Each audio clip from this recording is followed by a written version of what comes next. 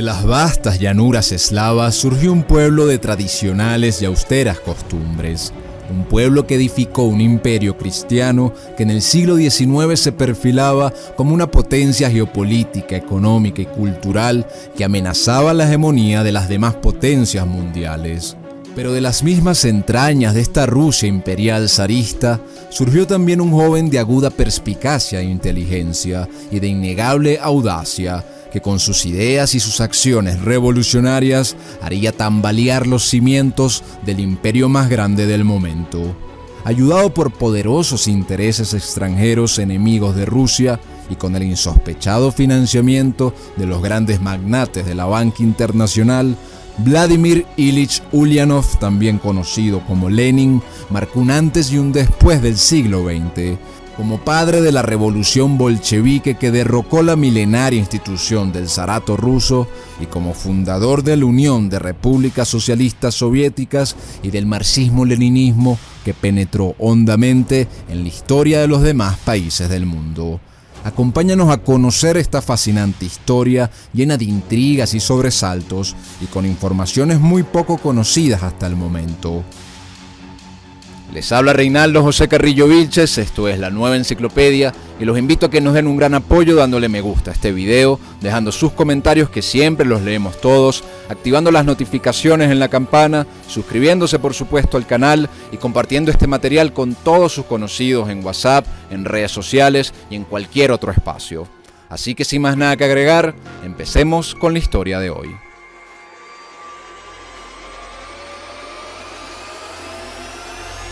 Vladimir Ilich Ulyanov nace el 22 de abril de 1870 en el seno de una familia bien educada y próspera en Simbirsk. Simbirsk era una región del Imperio Ruso ubicada a orillas del río Volga a unos 800 kilómetros de Moscú. Era originario de un núcleo familiar bien culto y unido. El joven Vladimir era el tercero de 6 hermanos.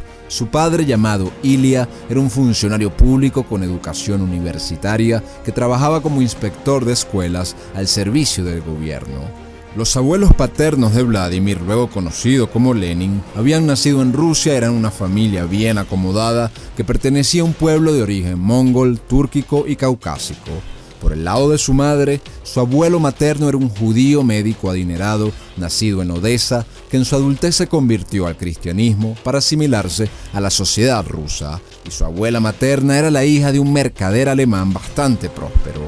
Multiétnico era el origen de Vladimir como la composición misma del imperio ruso en que nació. Sin embargo, el pueblo mayoritario de este vasto imperio era el grupo étnico ruso, proveniente de antiguas tribus eslavas que se fueron agrupando para el siglo IX después de Cristo en la famosa federación conocida como la Rus de Kiev, ubicada en la actual Ucrania. Luego de guerras y peregrinajes de varios siglos, estos grupos eslavos fundan el Zarato moscovita o el Zarato ruso en 1547, cuya capital era la actual Moscú.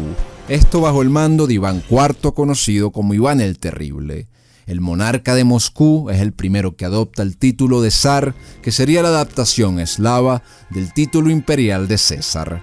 El ruso era un pueblo tradicional de arraigado cristianismo ortodoxo y de moral conservadora propia de las estepas eslavas. Varios de los líderes del pueblo ruso se consideraban a sí mismos como la llamada Tercera Roma, como sucesores del Imperio Bizantino, que era la Segunda Roma. El zarato ruso empieza así un proceso de fortalecimiento y de expansión como pueblo hasta que el zar Pedro I o Pedro el Grande en 1721 proclama que su estado ahora llevaría el nombre de Imperio Ruso, un imperio que ya estaba consolidado como una de las principales potencias europeas.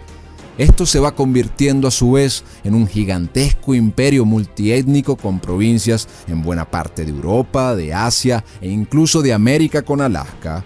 Era el estado con más territorio del mundo, que para finales del siglo XIX comprendía a 120 millones de personas, momento para el cual seguía siendo uno de los pocos imperios cristianos de pie en el mundo cuyo estado no se había convertido aún en una república o en una monarquía parlamentaria. Lejos de la idea convencional de una Rusia zarista trazada, Para finales del siglo XIX, la tasa de crecimiento industrial de Rusia era el doble de la de Alemania y el triple que la de Estados Unidos, sin contar con que poseía una enormidad de recursos naturales y un desarrollo intelectual y cultural que perfilaban a Rusia dentro de la competencia por convertirse en la primera potencia mundial. Pero sobre esto volveremos más adelante. Volviendo al joven Vladimir que nace en este imperio, el joven disfruta de una infancia cómoda y segura.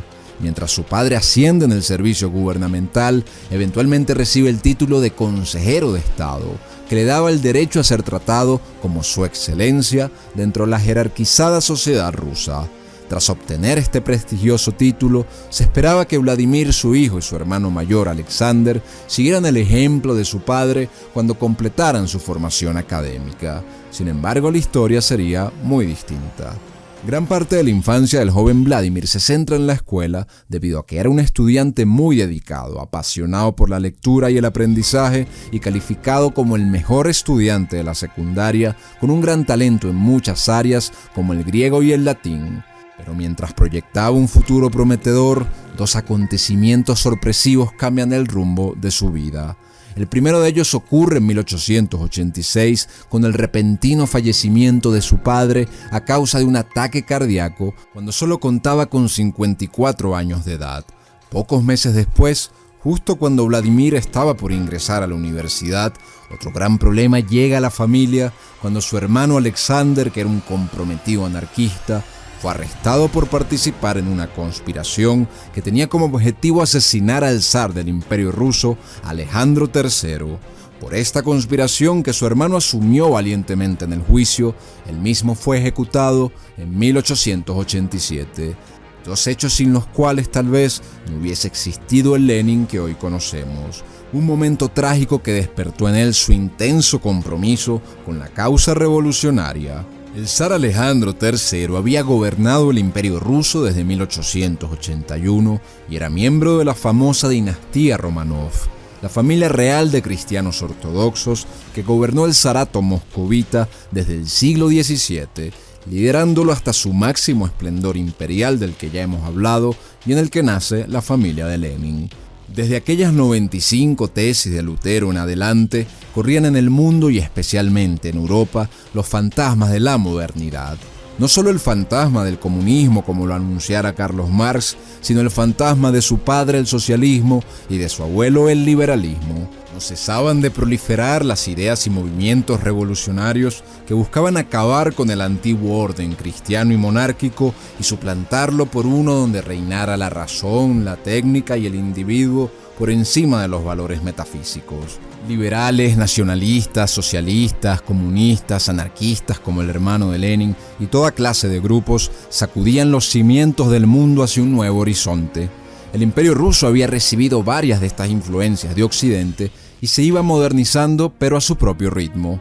Para fines del siglo XIX, pese a esto, seguía siendo uno de los pocos estados en Europa y en el mundo que seguía manteniendo sus antiguas estructuras tradicionales. A partir de la ejecución de su hermano, la familia de Vladimir queda bajo la mirada de la policía secreta del zar. Y si bien ello no impide que pudiese Vladimir matricularse en la escuela de Derecho en la Universidad de Kazán, aún así el joven Lenin empieza a dedicarse al activismo político en grupos revolucionarios, y su estancia eventualmente se ve truncada luego de ser expulsado de la universidad por participar en una manifestación estudiantil. Luego de la expulsión, durante los años siguientes se dedica a continuar sus actividades académicas en San Petersburgo como estudiante externo. Sin embargo, en este periodo, el joven Vladimir se vuelca a leer novelas revolucionarias y a filósofos como el judío alemán Carlos Marx, cuyo análisis crítico de la historia y del capitalismo tendría un impacto importante en el pensamiento del joven Vladimir. Cuando contaba con 18 años de edad, se declara abiertamente marxista y 2 años más tarde obtiene el título de abogado. En el año 1891 comienza a ejercer la abogacía, luego de instalarse en la ciudad de Samara, donde atiende a muchos clientes, especialmente a campesinos rusos. Sin embargo, se quejaba de que no conseguía en la ciudad a nadie interesado en sus ideas marxistas y en la discusión política. Así que para 1893, movido por sus pasiones y convicciones, regresa a San Petersburgo, que en ese momento era la capital del Imperio ruso. Allí se termina agrupando con varios jóvenes que compartían sus intereses por Marx y por Georgy Plejanov, que era considerado el fundador del marxismo en Rusia. De esta forma, Vladimir empieza a tener cada vez más contacto con muchos marxistas de la ciudad y a participar en sus reuniones. No obstante, la policía secreta del zar estaba al tanto de todos sus movimientos y pronto Vladimir volvería a caer en dificultades. Por su lado, para 1894, tras la muerte de Alejandro III, su hijo Nicolás Romanov asumía el trono como nuevo emperador de todas las Rusias. Como resultado de su activismo contra el zar, Vladimir Lenin es arrestado junto a otros líderes marxistas en diciembre de 1895. Inmediatamente es sentenciado a 3 años de exilio interno en Siberia, donde además se le une Nadezhda Krupskaya, una colega suya que eventualmente se convertiría en su futura esposa. Durante su estancia aislada escribe artículos para varias revistas socialistas y junto a su esposa traduce del inglés al ruso la famosa obra La teoría y práctica del sindicalismo, escrita por 2 de los fundadores de la controvertida Sociedad Fabiana de Inglaterra, pioneros a su vez del socialismo británico. Tras ser liberado de Siberia en febrero del año 1900, Vladimir se marcha a Ginebra, Suiza. Allí se reúne con varios miembros del grupo marxista llamado Liberación del Trabajo para fundar el periódico Iskra, cuya traducción significaba La Chispa. Posteriormente se terminan instalando en Múnich, Alemania, donde publican el primer número del diario en las vísperas de Navidad. Este periódico se imprimía en Alemania y se contrabandeaba a territorio ruso. A partir de este punto, Vladimir, al igual que muchos otros revolucionarios, adopta el seudónimo de Lenin, inspirado en el río Lena, que era considerado como uno de los más largos del país. Desde ese momento,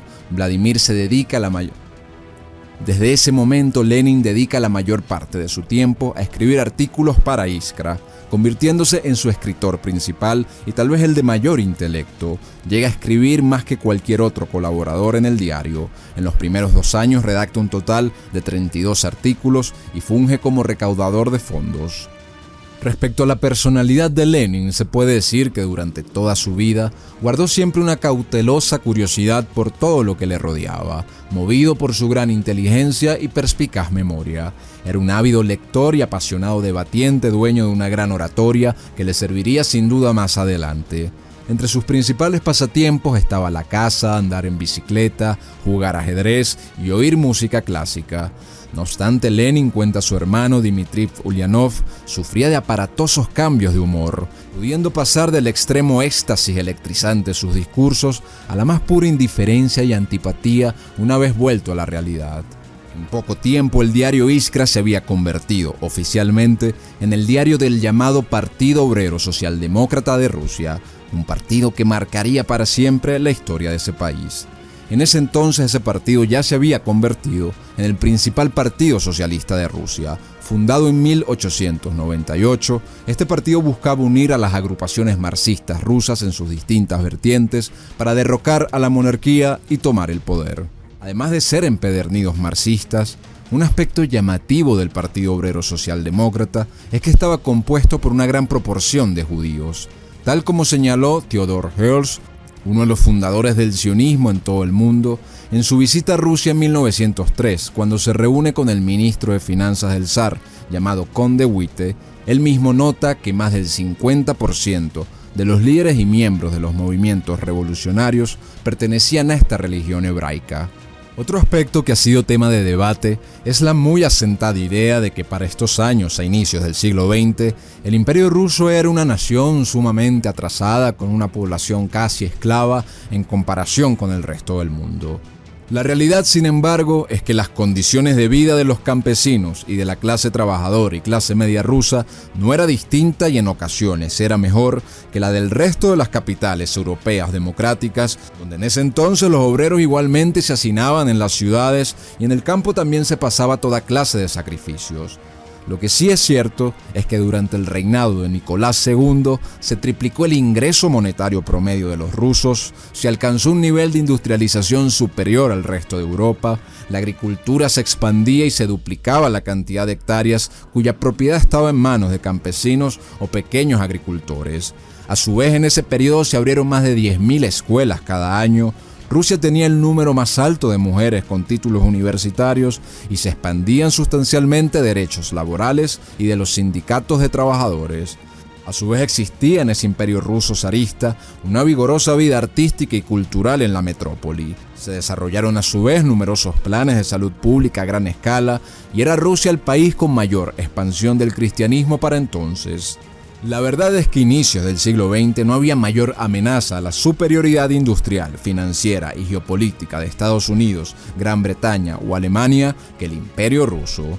No estaba Rusia exenta de toda clase de problemas, al igual que sus pares europeos, y si bien el imperio ruso mantenía una relación importante con la banca internacional, se trataba de una relación distante en la que el mercado ruso seguía siendo el mercado más grande no explotado en el mundo ni cooptado completamente por el capital internacional asentado en Gran Bretaña o Estados Unidos.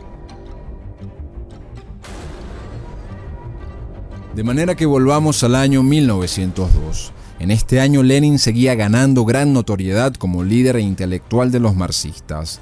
En ese año empieza a redactar un nuevo folleto del tamaño de un libro que recibiría el nombre de ¿Qué hacer? Preguntas candentes de nuestro movimiento.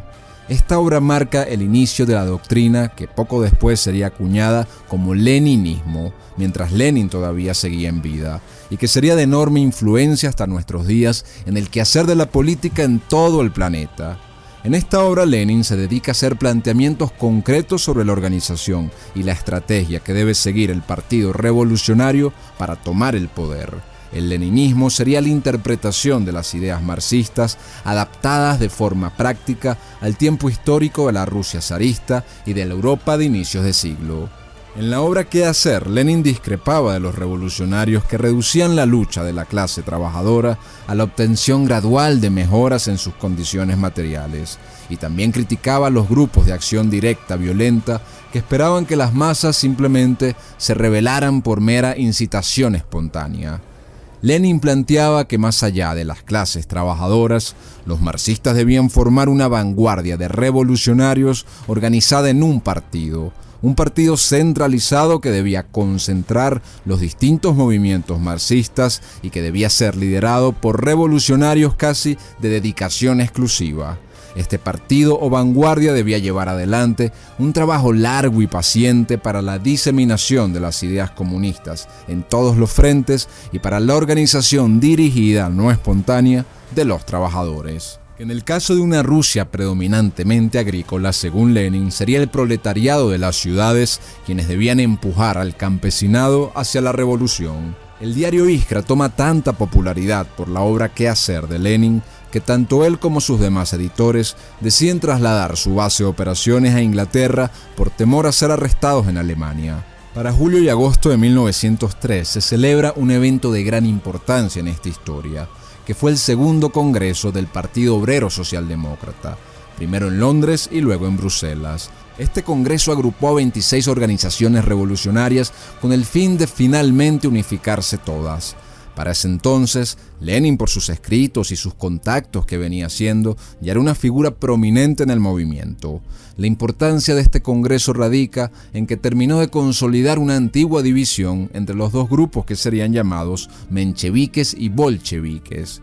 En este congreso, el ala más socialdemócrata promovió una organización de amplia base obrera y sindical y una tesis que promovía primero una revolución burguesa hasta que luego finalmente se diesen las condiciones capitalistas para hacer una revolución proletaria. Lenin discrepaba, por un lado, en que por encima de un movimiento de masas debería forjarse una vanguardia intelectual que dirigiera de forma jerárquica la revolución. Pero también se oponía a su vez a la idea del marxismo ortodoxo de que para hacer la revolución primero el país debía alcanzar un alto desarrollo capitalista. Para Lenin, las potencias capitalistas más bien serían el principal factor de explotación de las masas. No eran estas potencias, sino los países semi-industrializados como Rusia, de donde nacería una revolución proletaria que además debía expandirse al resto del mundo. Fueron muchas las otras discrepancias entre ambos grupos, pero en esencia era la dictadura del proletariado de los bolcheviques contra el camino gradual hacia el socialismo de los mencheviques. Los miembros del Congreso votaron entre el programa político de Yuli Martov y el programa político de Lenin, y el resultado fue la derrota del programa de Lenin. Sin embargo, muy poco después, cuando se elige el comité directivo del partido, la correlación de fuerzas cambia a favor de los bolcheviques, y a raíz de esto proviene el nombre que se le acuñó a los mencheviques, que significa los de la minoría, y los bolcheviques significaría los de la mayoría. Esta sería una pugna que se mantendría en los próximos años. Estas disputas también terminan afectando la junta directiva del diario Iskra, donde Lenin ahora era minoría. Además de su destacada inteligencia y formación, Lenin era un líder natural no dispuesto a estar bajo el mando de cualquier otro.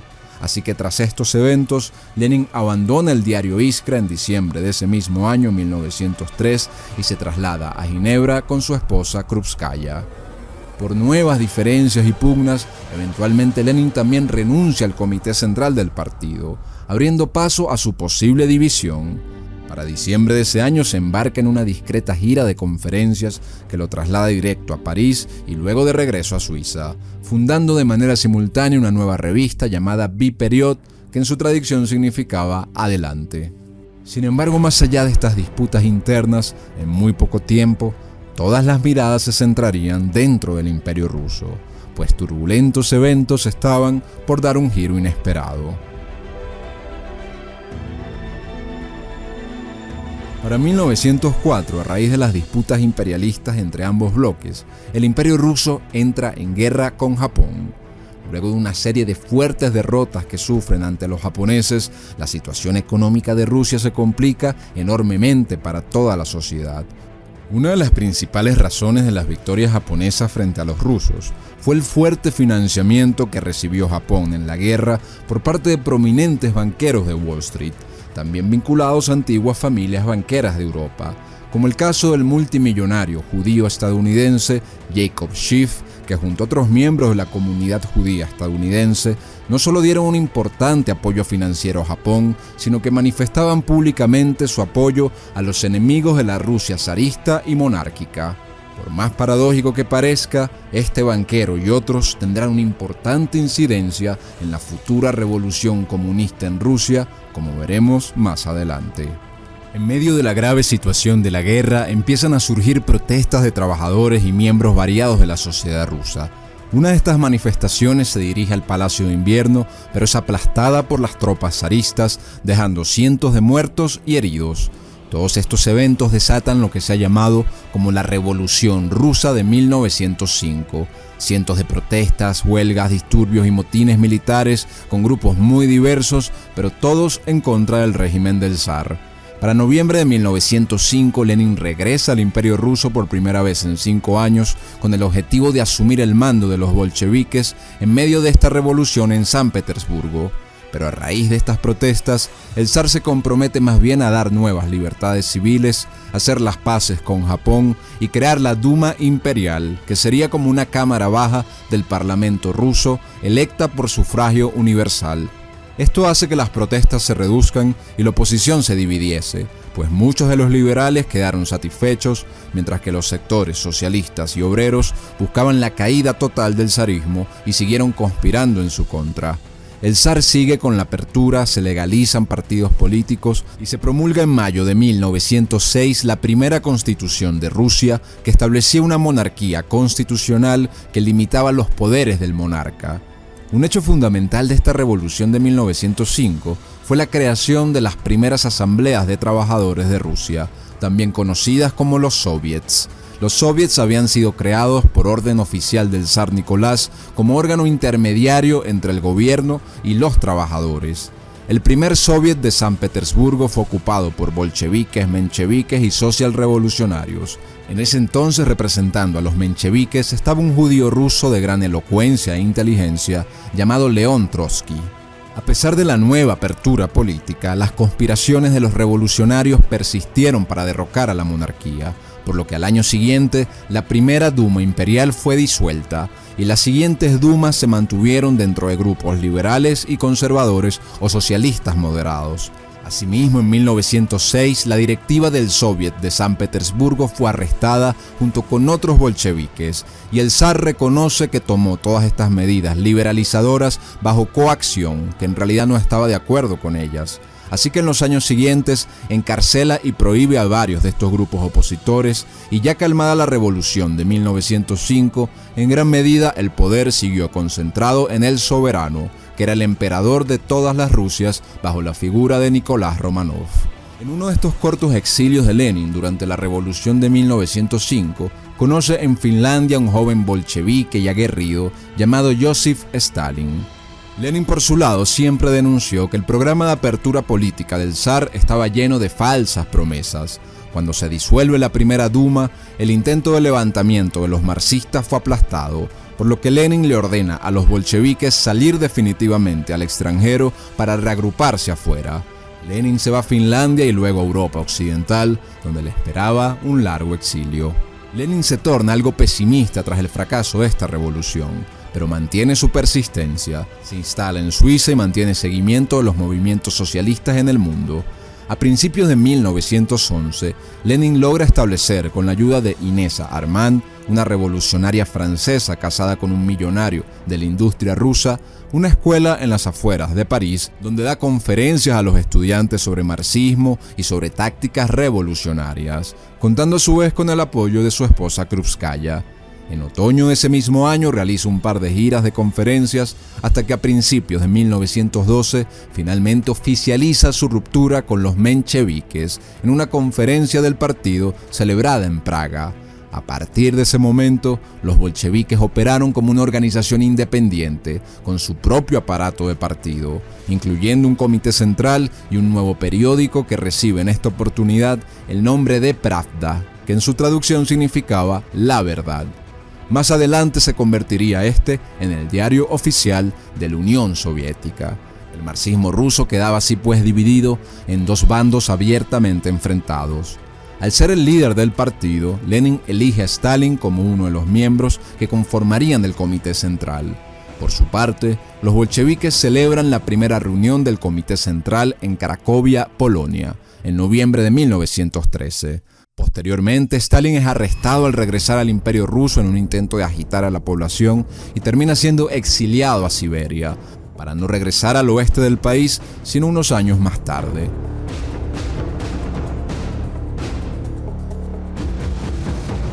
Pero en medio de toda esta actividad revolucionaria, un terremoto histórico estaba por hacer erupción.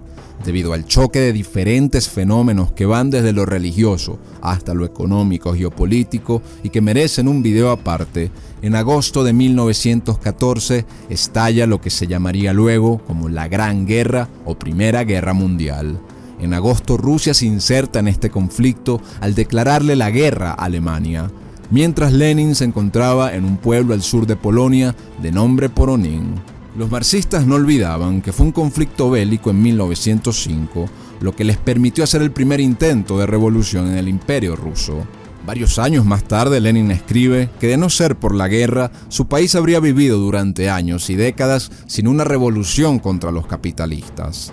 Así que con la mira de aprovechar estas circunstancias bélicas para hacer la revolución, Lenin se dirige a Suiza en septiembre de 1915.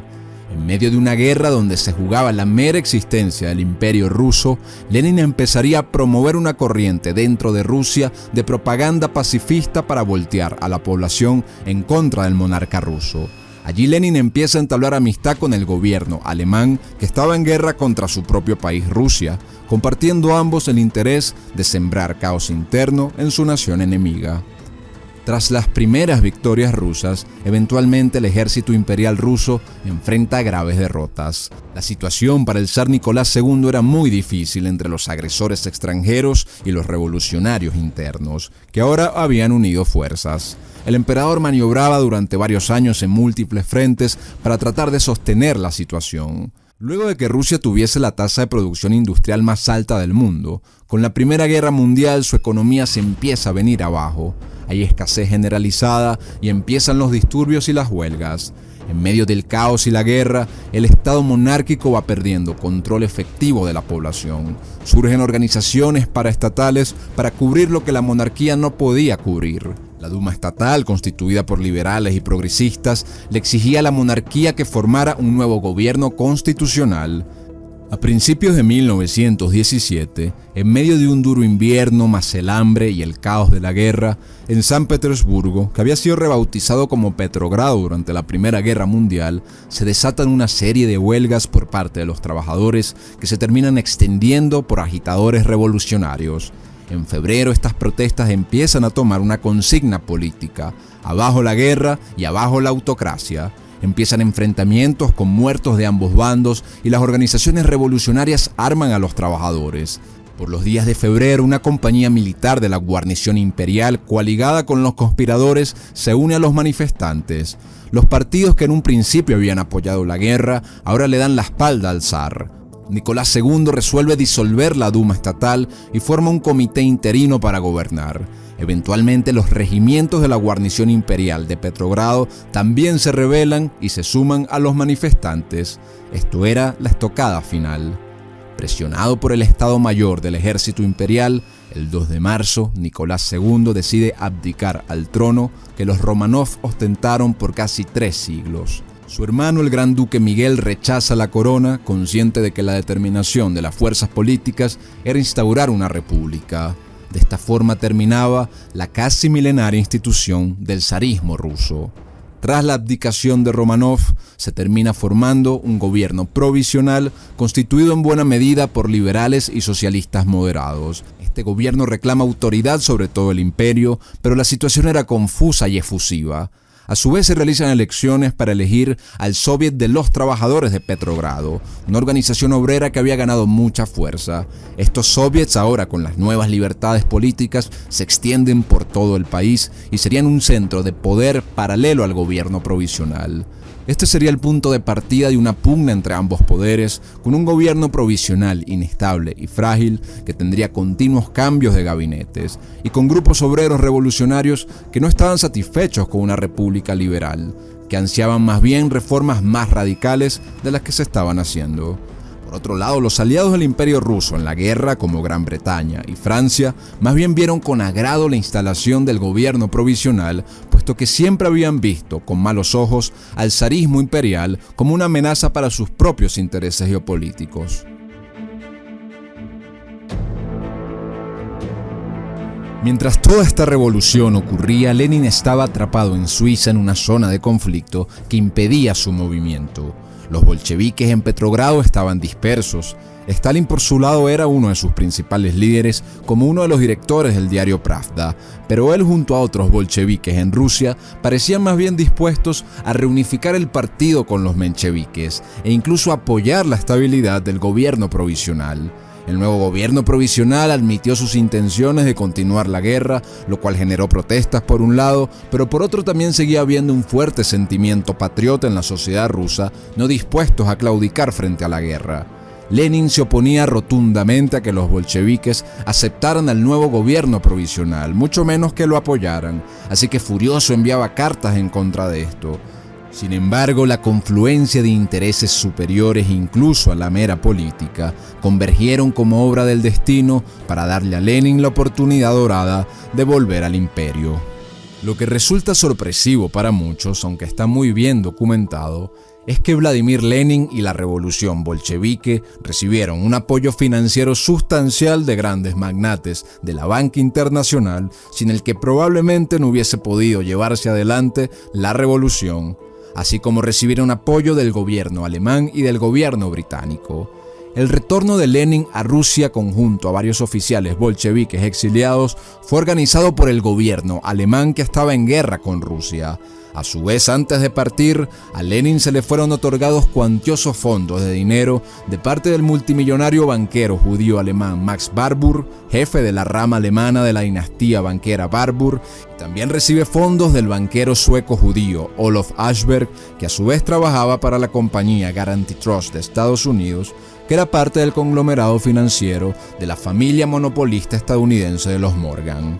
Mientras esto ocurría, a su vez, William Boyce Thompson, que era representante del Chase Bank, de la otra familia monopolista estadounidense, de los Rockefeller, y que era director de la Reserva Federal de Nueva York, entrega a los bolcheviques $1 millón para fines de agitación.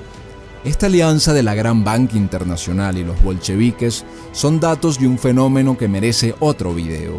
Pero otra muestra fundamental de esto es que mientras Lenin logra irse en el famoso tren sellado hasta Rusia, León Trotsky, que estaba exiliado en Nueva York durante la revolución, también era asistido por prominentes banqueros y agentes de inteligencia extranjeros para lograr hacer que volviese a Rusia. Sir William Wiseman, jefe de la inteligencia británica en Nueva York, junto con la Corporación Internacional Americana, que era un consorcio de la firma J.P. Morgan y de los Rockefeller, así como el previamente mencionado Yakov Schiff, que había financiado a Japón contra Rusia en 1905, ayudaron sustancialmente a Trotsky no solo a nivel financiero con millones de dólares, sino a nivel diplomático para que pudiese llegar de Nueva York a Rusia sin problemas. Así que el 16 de abril de 1917, Lenin llega a Petrogrado tras 10 años en el exilio.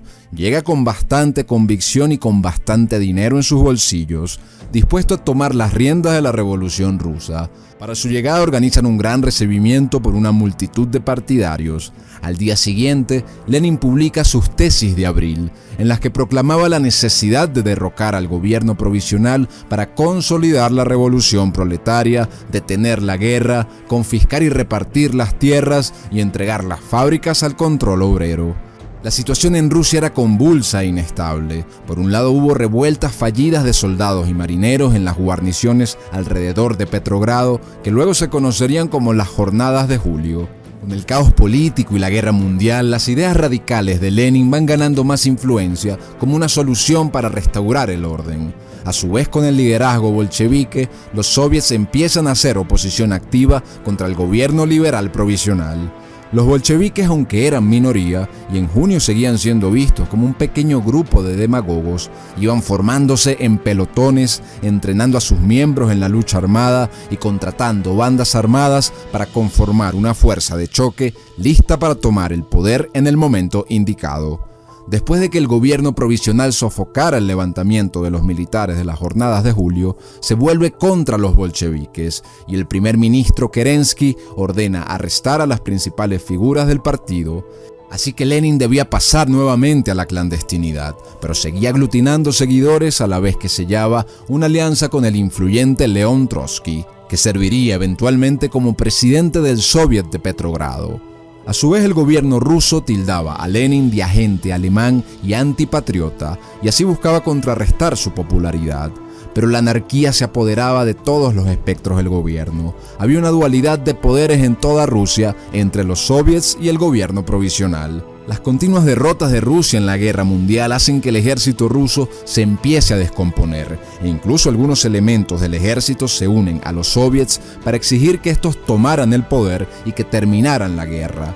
En esos meses también hubo levantamientos promonárquicos que buscaban restituir el zarismo o implantar una nueva dictadura militar contra los soviets, pero fueron sofocados entre el ejército y los movimientos obreros que estaban armados y preparados para combatir la contrarrevolución. El temor a una contrarrevolución de la antigua aristocracia radicalizaba los movimientos socialistas, que empezaban a ver con mejores ojos las ideas radicales de los bolcheviques, así como el lema de todo el poder para los soviets. Los bolcheviques ya eran mayoría en los soviets de Petrogrado y de Moscú.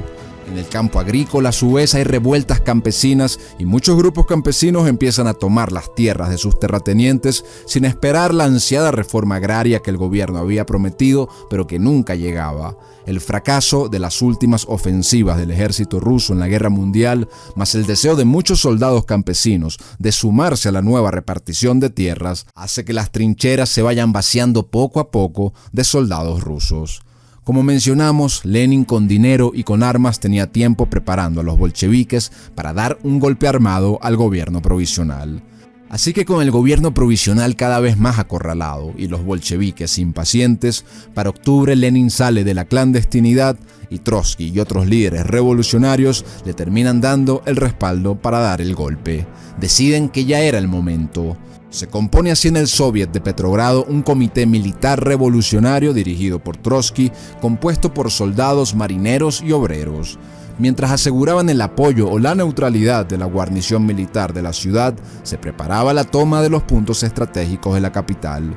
Finalmente, la insurrección de inicio la noche del 6 de noviembre. Casi sin resistencia, la Guardia Roja bolchevique toma el control de los puentes, de las estaciones, del Banco Central y de la central postal y telefónica, hasta que lanzan la estocada final tomando el histórico Palacio de Invierno. Solamente unos batallones de cadetes enfrentaron a los alzados revolucionarios. Aunque se presentó luego como una gran batalla, la verdad es que la gran mayoría de soldados rusos no hicieron oposición a los bolcheviques. Esta revolución que marcó el siglo XX se logró sin derramar casi sangre, al menos en sus inicios. Al día siguiente, la ciudad siguió su ritmo de vida prácticamente de forma normal.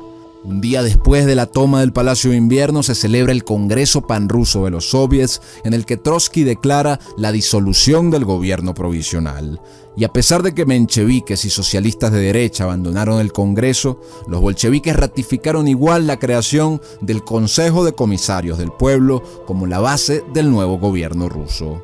De esta manera, San Petersburgo, el centro de poder del gobierno imperial más extenso del planeta, había pasado en cuestión de meses de las manos de un grupo de familias de la nobleza cristiana a las manos de los líderes de un partido marxista minoritario, pero altamente disciplinado e intransigente, compuesto en su mayoría de familias no cristianas. Así empezaba lo que luego sería la histórica Unión de Repúblicas Socialistas Soviéticas. Pero para noviembre de 1917, los bolcheviques solo controlaban los principales centros urbanos del país. Si la Primera Guerra Mundial y la caída del zarismo habían trastocado los cimientos de Rusia, el terremoto que estaba por venir lo subvertiría todo. Cuando se consuma el control de Petrogrado por parte de los bolcheviques en noviembre de 1917, Vladimir Lenin era el principal rostro de tal histórico evento. Pero el abogado de 47 años sabía que tenía frente a sí una inmensidad de imperio que todavía tenían la necesidad de conquistar para garantizar el poder y la consolidación de su gobierno. Por su lado, la Guardia Roja, que había sido el brazo armado de los bolcheviques durante la revolución, se va implantando en los principales centros urbanos del país como un auténtico ejército de gobierno. Pero por otro lado, en distintas partes del territorio ruso, sobre todo en zonas rurales, se empiezan a agrupar las llamadas fuerzas blancas, es decir, aquellos partidarios del zarismo que buscaban restituir la monarquía o que al menos se oponían fervientemente a los bolcheviques. Luego de la toma de Petrogrado, los bolcheviques rápidamente se hacen con el control de las principales ciudades de la Rusia europea y algunas cuantas en la Rusia asiática. Sin embargo, por el contrario, las fuerzas blancas, como dijimos, se reúnen principalmente en los centros rurales regados por todo el vasto territorio de la geografía rusa. Una de las primeras medidas del Consejo de Comisarios del Pueblo, nuevo órgano de gobierno instalado por los bolcheviques, fue delegar a León Trotsky el inicio de conversaciones con Alemania para rendir a Rusia en la guerra, tal como podía esperarse del apoyo inicial que dieron los alemanes a los bolcheviques para hacer la revolución contra el zarismo. A la par que en el horizonte se avisoraba una gran conflictividad política y una guerra interna, el gobierno bolchevique empieza a implementar una serie de medidas para el gobierno interno que eran parte de su programa revolucionario. A nivel político se delegan poderes políticos y gubernamentales a los soviets, que eran las agrupaciones de trabajadores que se habían formado originalmente en la primera apertura política del zar Nicolás en 1905 y que para entonces estaban bajo control de marxistas revolucionarios. Asimismo, se aprueba la abolición de títulos aristocráticos y a nivel económico se nacionalizan todas las tierras y se reparten muchas de estas tierras a grupos campesinos. se nacionaliza la industria y la banca, se aprueba la abolición de la moneda y se aplican otras medidas de regulación económica como la requisa de la producción y de la venta por parte del Estado, especialmente en alimentos. En estos primeros años de gobierno, el Consejo de Comisarios del Pueblo también anula el Código Legal zarista. Se toman numerosas acciones en contra de la Iglesia directamente, así como de su presencia en la vida rusa. Asimismo, se legaliza el divorcio y se legaliza el aborto para cualquier circunstancia y en cualquier momento, siendo la Rusia bolchevique el primer estado moderno del siglo XX en tomar esta medida. Sobre los resultados en la población rusa de estas medidas económicas, políticas y sociales volveremos más adelante. Regresando a las primeras semanas tras la Revolución de Octubre, en 1917, también se suscitan intentos de los miembros del gobierno provisional recién derrocado de retomar Petrogrado a la fuerza, pero sus fuerzas terminan siendo aplastadas por las fuerzas armadas bolcheviques, que eran también ahora las fuerzas oficialistas del gobierno. En paralelo, el Consejo de Comisarios del Pueblo convoca elecciones para conformar una asamblea constituyente en Rusia. Esta era una de las principales banderas de los grupos revolucionarios y republicanos en general. Así que del 25 al 27 de noviembre del mismo año 1917 se celebran elecciones en todo el país, pero no vencen los bolcheviques ni los mencheviques, sino que vence la mayoría de miembros del Partido Social Revolucionario, un particular partido de base socialista o socialdemócrata del llamado populismo ruso, agraristas y que se autoproclamaban representantes del campesinado ruso. Detrás de ellos, en segundo lugar, llegaron los bolcheviques de Lenin y en tercer lugar los mencheviques y otros partidos minoritarios. Sin embargo, esta elección, más que conciliar los ánimos de las fuerzas nacidas desde la Revolución de Febrero, más bien aceleró la violencia y las contradicciones entre ellas mismas. Los bolcheviques, liderados por Lenin, veían como una amenaza a su proyecto la mayoría del Partido Social Revolucionario en la Asamblea Constituyente. Así que en este sentido, los bolcheviques, que seguían concentrando el poder armado al menos en Petrogrado, así como las principales instituciones ejecutivas, se organizan y causan agitación entre los obreros y soldados para que no se entregase el poder adquirido en la Revolución de Octubre a la Asamblea recién electa. Las tensiones llegaron hasta tal punto que el 19 de enero de 1918 los bolcheviques toman violentamente la sede de la asamblea y fuerzan a los diputados a abandonar el edificio, disolviendo de facto la asamblea constituyente, apenas 12 horas después de haber sesionado por primera y única vez. Frente a este nuevo escenario de disolución de la asamblea que los mismos bolcheviques habían convocado, la mayoría de las fuerzas de Rusia deciden volcarse contra el gobierno bolchevique.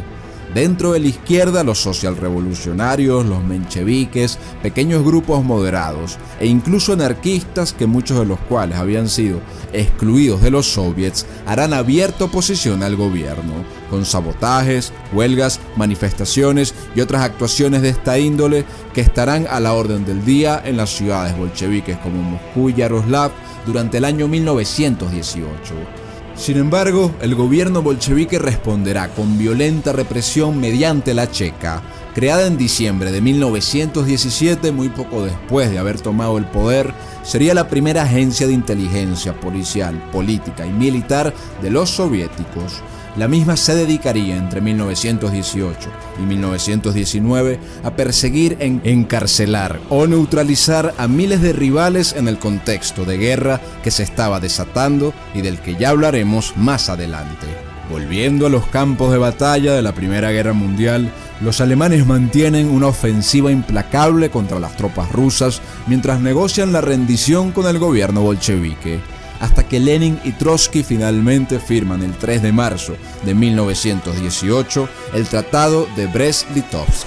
Este tratado terminaba la guerra para Rusia a cambio de entregar vastas extensiones de tierra a Alemania. Consolidada así esta paz externa, las fuerzas internas de Rusia sabían que la contrarrevolución estaba por estallar y los antibolcheviques tenían toda la disposición a dar la pelea.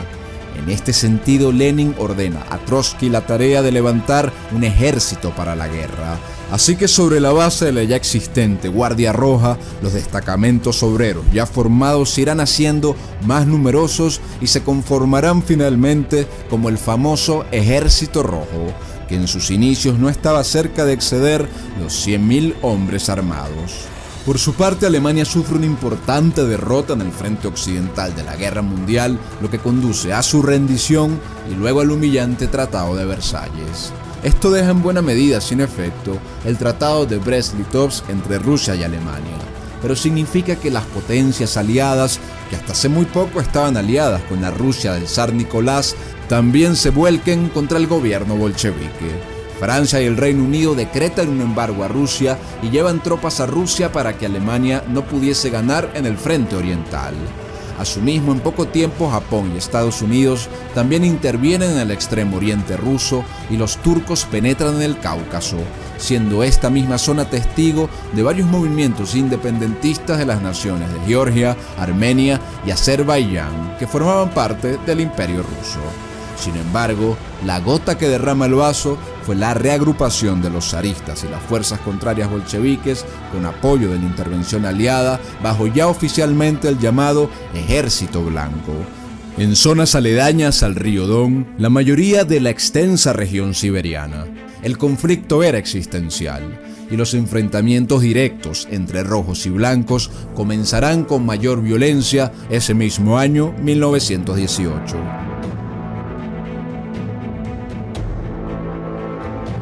Esta situación marca el inicio de la dura guerra civil rusa, que vale acotar, más que tener unas fechas de inicio y de fin claras, las cuales siguen siendo tema de debate para los historiadores, es el periodo en que la violencia y los enfrentamientos entre el Ejército Rojo y el Ejército Blanco llegaron a su punto álgido en toda la extensión territorial rusa, desenvolviéndose la guerra de manera distinta a lo largo y ancho de las regiones rusas. Si bien desde la propia toma del poder por los bolcheviques en noviembre de 1917 ya se habían producido diversas escaramuzas, como la batalla por el control de la ciudad de Rostov entre fuerzas blancas y fuerzas rojas, es a partir de abril y de mayo de 1918 en que acaecen los primeros enfrentamientos de mayor relieve.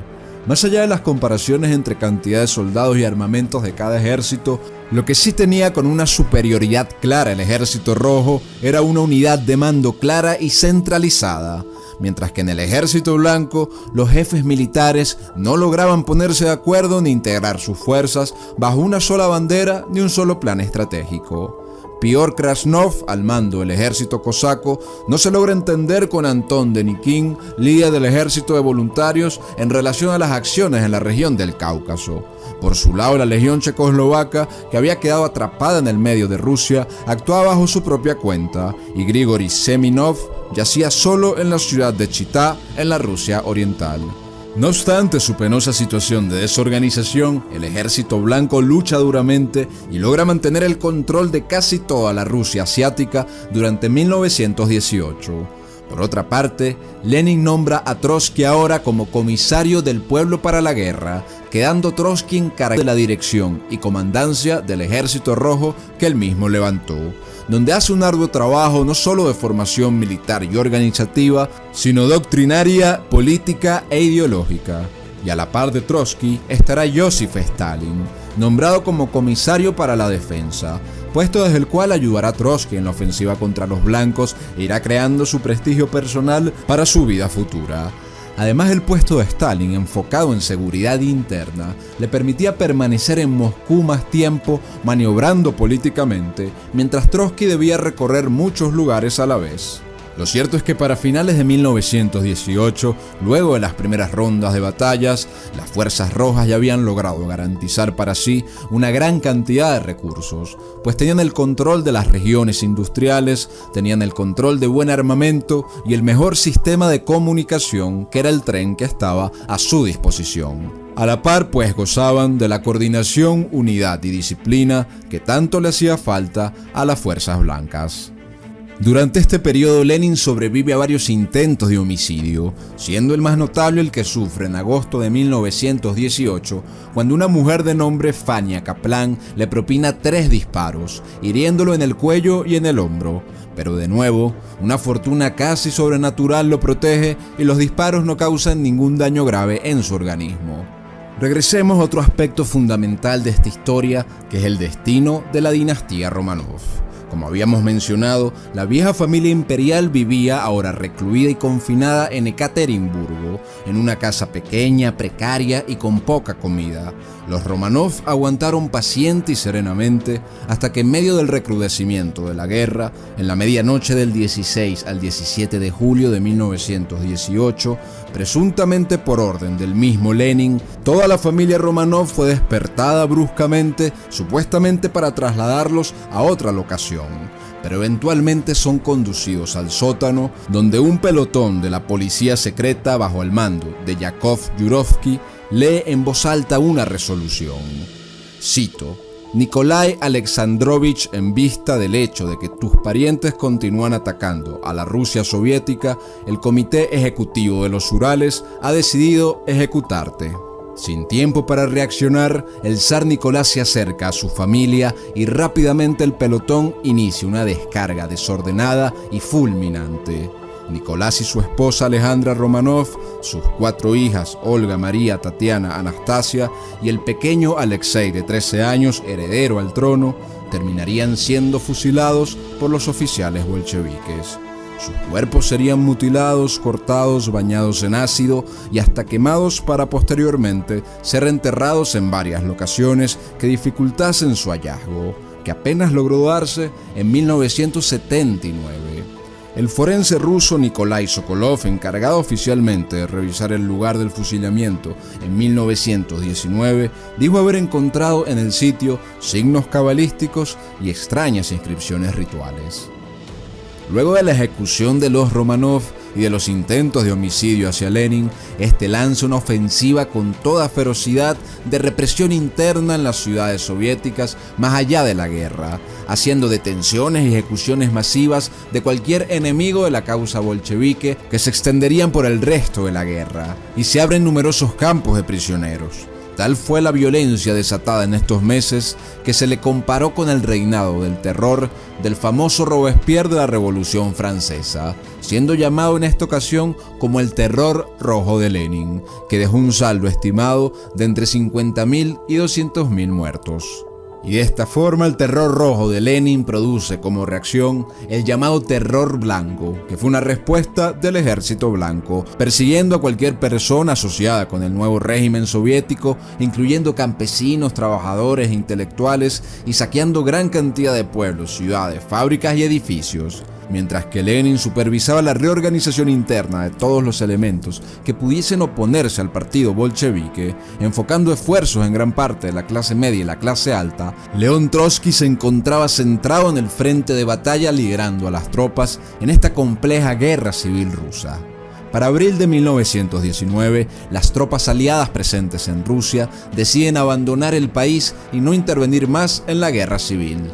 Por su parte, los distintos jefes y militares blancos dispersos por toda Rusia no logran conquistar nuevos territorios, sino que más bien les cuesta mantener el que ya poseen. Así que en julio de dicho 1919, las fuerzas rojas avanzan hacia el este y los efímeros avances que hacen los generales blancos en Ucrania y en los países bálticos respectivamente son frustrados por Trotsky tanto en octubre como en noviembre de 1919. De este momento, finales de 1919 en adelante, durante 2 años, los blancos presenciarán cómo sus últimos reductos eran reducidos a polvo y a ruinas, hasta que los conflictos irán siendo cada vez menos numerosos y cesarán finalmente entre 1922 y 1923. Si bien la guerra se extendería, como lo hemos dicho, hasta 1923, tomando en consideración los últimos focos de resistencia, el conflicto mayor en Rusia llegaría a su fin en noviembre de 1920, cuando las fuerzas del Ejército Rojo derrotaron al movimiento blanco en Crimea, garantizando la evacuación de los sobrevivientes por medio del Mar Negro hacia Turquía. De esta manera, los comunistas bolcheviques se hacen definitivamente con el poder en el recién disuelto imperio zarista, dejando la guerra civil rusa un total de 7 millones de seres humanos aproximadamente muertos de manera directa o indirecta por el conflicto militar.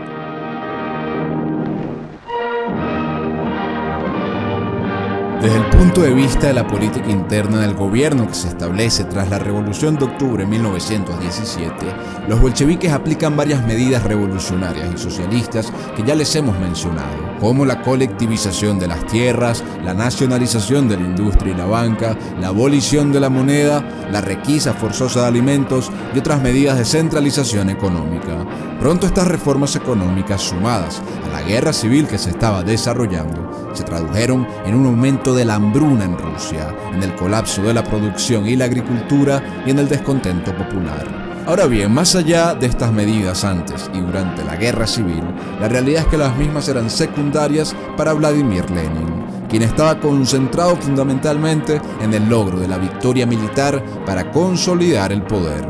Pero frente a la grave decadencia económica y social que se venía desarrollando, ya victoriosos en la guerra, consolidaba el poder y desplazaba gran parte de la vieja élite económica rusa, Vladimir Lenin decide dar un gran viraje en marzo de 1922 e impulsar un programa de apertura económica llamado la Nueva Política Económica, que tendría vigencia desde entonces hasta varios años luego de la muerte de Lenin. Entre las principales medidas de este viraje, que fue la nueva política económica, estuvo el retorno parcial de Rusia a una economía de mercado y al derecho a la propiedad privada en pequeñas empresas, en el comercio y en la agricultura.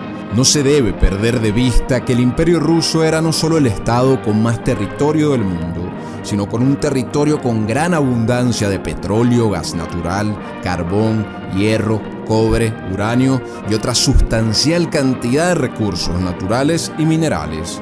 Así que un aspecto fundamental de esta nueva etapa de reformas fue no solo el regreso de las relaciones comerciales internacionales, sino sobre todo de importantes inversiones extranjeras hacia la Rusia bolchevique. Sobre todo de aquellos grupos de magnates internacionales que, como hemos mencionado, financiaron desde sus inicios a la revolución socialista.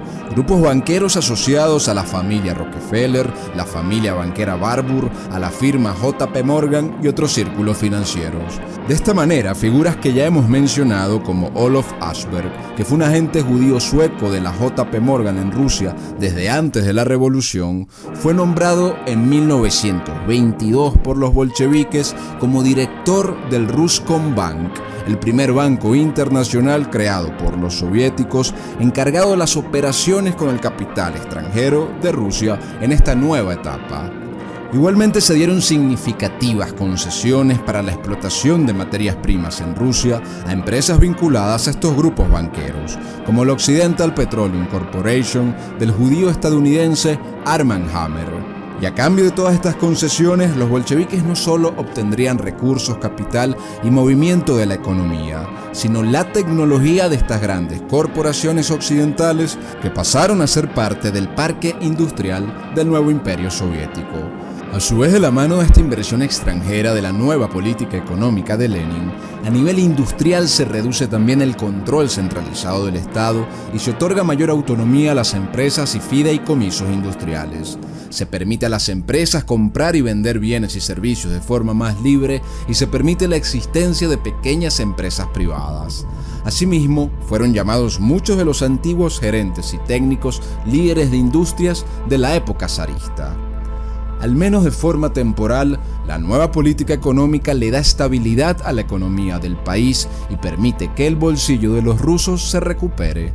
No estuvo exento este programa de quienes lo criticaran como un alejamiento del programa socialista, frente a lo que Lenin argumentaba que era una estrategia temporal para darle un respiro al pueblo ruso. Volviendo a Lenin, este por medio de su círculo de aliados y asesores se va apoyando para dar inicio a la organización del territorio y la estructura política de la nueva Rusia posguerra civil.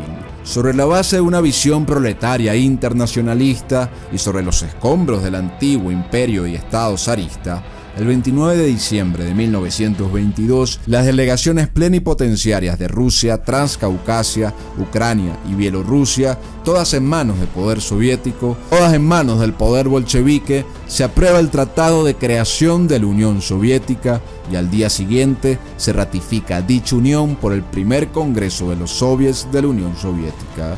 Se pretendía así que su organización estuviese conformada por la Federación de Nacionalidades Independientes, a las que se integrarían otras repúblicas soviéticas a medida que la revolución lograra expandirse por todo el mundo. Por obra de Lenin y detrás de él y muchos más actores políticos, se había creado la Unión de Repúblicas Socialistas Soviéticas, culmen de la revolución iniciada 5 años atrás, una revolución que trastocaría por completo las estructuras económicas, políticas y sociales no solo de Rusia, sino probablemente de gran parte del mundo, conduciendo el planeta a una etapa en la que el liderazgo soviético tendría un prominente papel en el devenir histórico. En abril del mismo año 1922, en que se echa para adelante el programa de la NEP de Lenin, se celebra también el 11º Congreso del Partido Comunista, en el que Lenin purga del partido a varios disidentes internos y además maniobra para incluir al Comité Central, el órgano principal de toma de decisiones del partido, a 7 miembros que desempeñarían roles importantes después de la muerte del líder soviético. Al mismo tiempo, Stalin es nombrado secretario general del Partido Comunista, un cargo vital por cuanto el partido se había convertido en el principal órgano de toma de decisiones de la nación rusa. Sin embargo, las diferencias entre sus principales líderes, no solo Joseph Stalin y Vladimir Lenin, sino León Trotsky, van a adquirir mucha importancia cuando en mayo de 1922 nuestro protagonista Lenin sufriese su primer derrame cerebral. Todos los hechos tumultuosos e intensos que se vivieron desde 1917 en Rusia deterioraron su salud considerablemente, haciendo que empezara a quejarse del cansancio, dando inicio a un precipitado declive de su salud, del cual va intentando recuperarse durante el verano de 1922 en compañía de su esposa, pero su vitalidad se va disminuyendo notablemente. Para octubre de ese mismo año, 1922, Lenin se muestra en desacuerdo con Stalin sobre temas relacionados con el comercio exterior, y cuando finalmente se discute el asunto en el Comité Central del partido, se termina apoyando la política de Stalin por encima de la de Vladimir Lenin, lo que ya reflejaba un prematuro control de Stalin sobre el aparato político gobernante en Rusia. En los próximos meses, Lenin y Stalin tendrían nuevas diferencias sobre el rol imperial de Rusia y el modelo político. Para diciembre de 1922, Lenin sufre su segundo derrame cerebral. Ya dispuesto a una pronta muerte, ese mismo diciembre Lenin escribe un documento que se ha llamado como el Testamento, donde proponía varios cambios a los órganos de gobierno soviético y reflexiona sobre varios asuntos políticos y gubernamentales. Pero además en este escrito expresaría su desconfianza de Stalin. Abro comillas, el camarada Stalin, al haberse convertido en secretario general, tiene una autoridad ilimitada concentrada en sus manos y no estoy seguro de que siempre vaya a ser capaz de utilizar esa autoridad con suficiente cuidado, cierro comillas. Lenin eventualmente se llega a persuadir incluso de que Stalin debe ser destituido de su cargo. Empieza a maniobrar con sus aliados e incluso busca a Trotsky para maniobrar en contra de Stalin. Pero la verdad es que Lenin ya no era el mismo. Desde su primer derrame cerebral, sus capacidades iban en franco declive.